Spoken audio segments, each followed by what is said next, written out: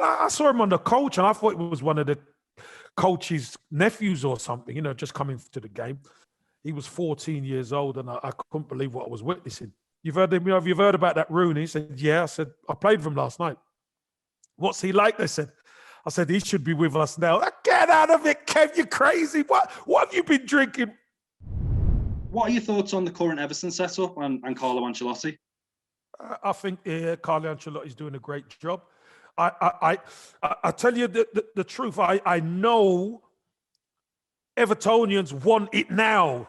They want it to spin now. But it's got to evolve.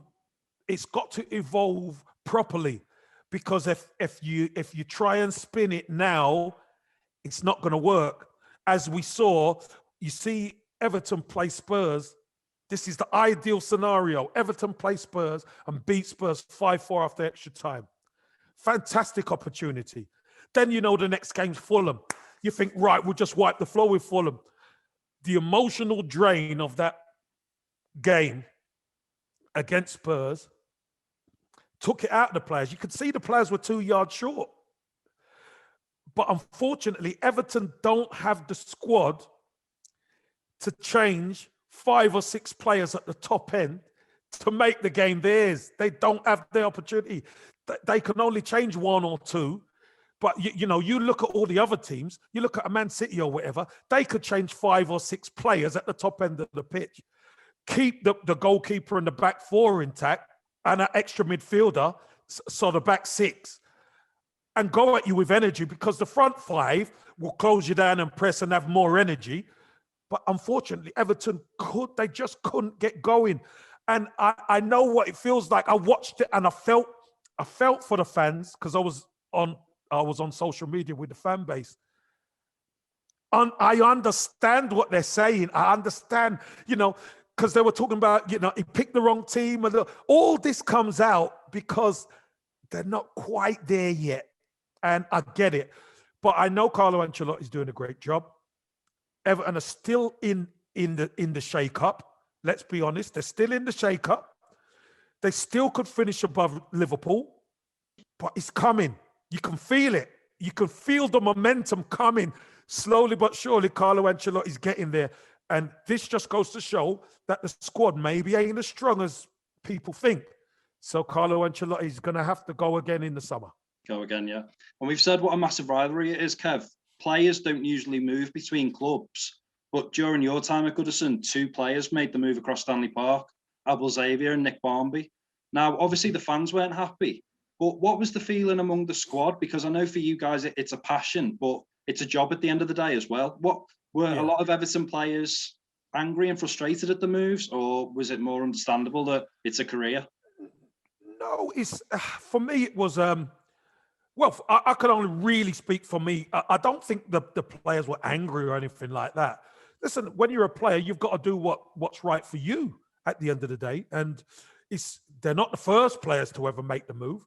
I think the difficult part was Nick Barmby. When Nick Barmby moved from Everton, a lot of the fans thought, obviously, he was going to stay at the club.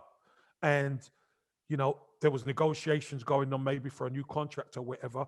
But at the time, Everton seemed to get rid of a lot of the quality players.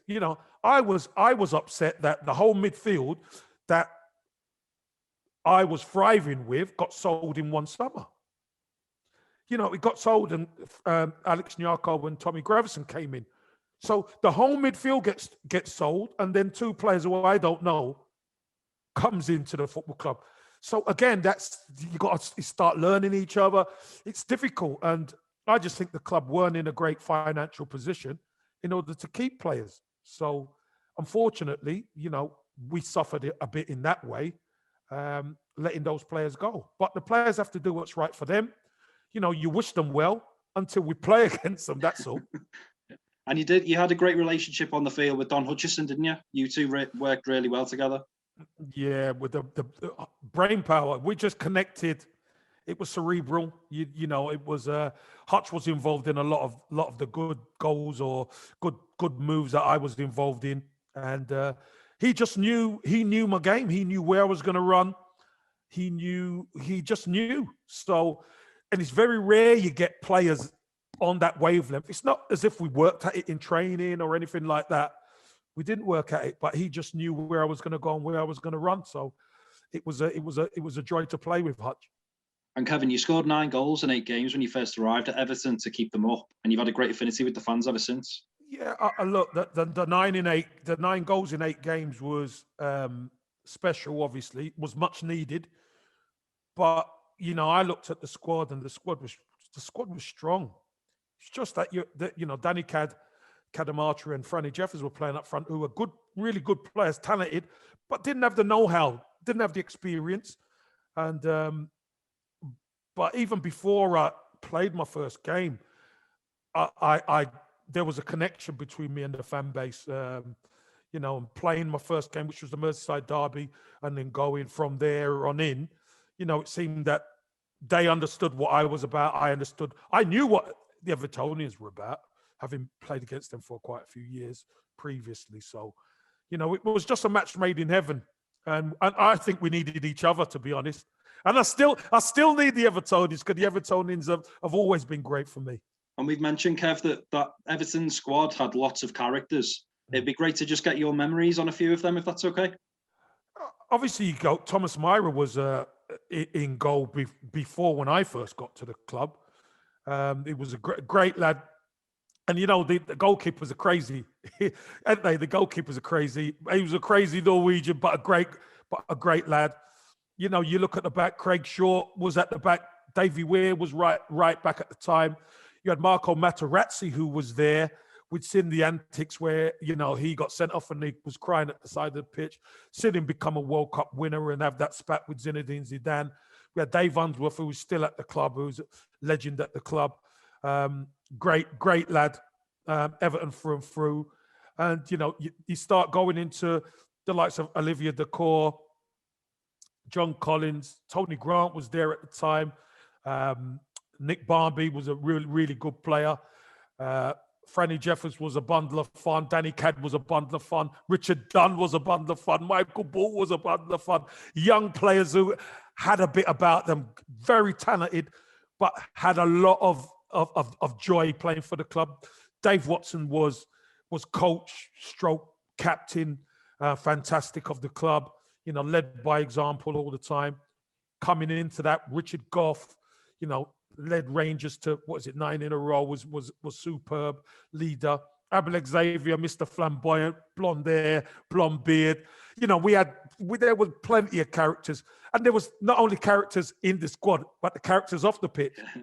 And I guess they told you all about the derby as well. They knew what it meant when you were Well, of course. When you got Walter Smith and Archie Knox there, but the likes of Jimmy Martin, Jimmy Comer, the Master, Jimmy Martin, obviously Kipman, Tony Sage, all the guys in the background who are blues.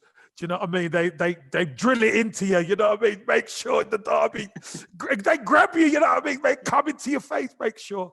So it was a brilliant setup, and a lot of those guys are still in place, which is absolutely fantastic for the club. And I know when the players come in, I'm sure James Rodriguez has had the riot act read to him about the derby. I could tell you that much. I know for sure.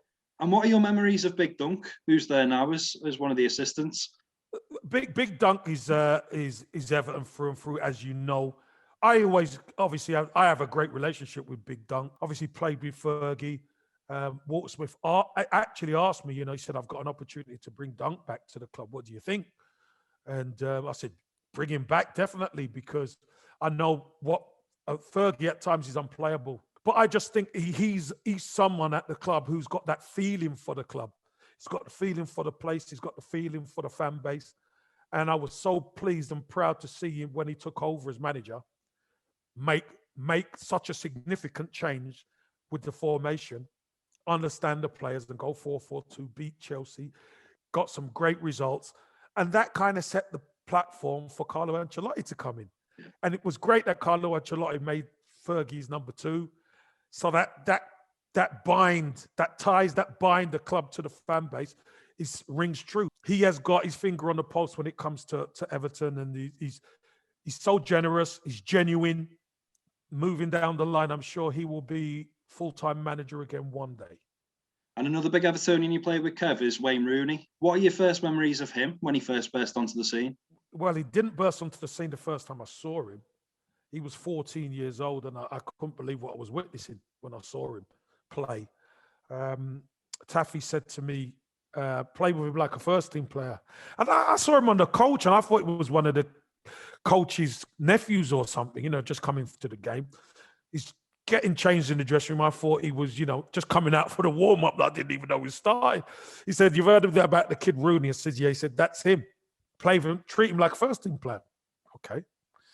Thought it was a bit strange, but what I witnessed that day at 14 was incredible. And I came back. He scored 2 that day, and I came back. I was in the next day. I came in and I said to the lads, "You've heard about that Rooney?" He said, "Yeah." I said, "I played with him last night." "What's he like?" They said. I said, "He should be with us now." "Get out of it, Kev, you crazy. What have you been drinking?" I said, "I'm telling you, boys, you'll see. The kid's unbelievable."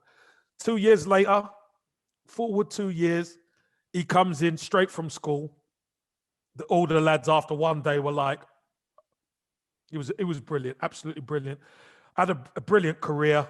And now obviously he's a manager as well. So, wish him well. He's a top lad, top player, and a genuinely nice guy. And he's blue through and through. Obviously what happened with him leaving the club didn't go so well as he would like, but I think that was more politics. But everybody knows he loves Everton and he's blue.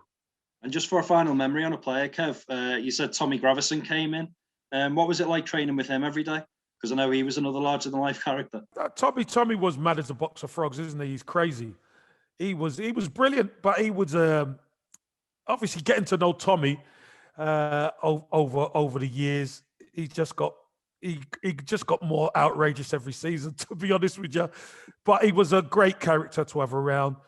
Really good player. He was so talented.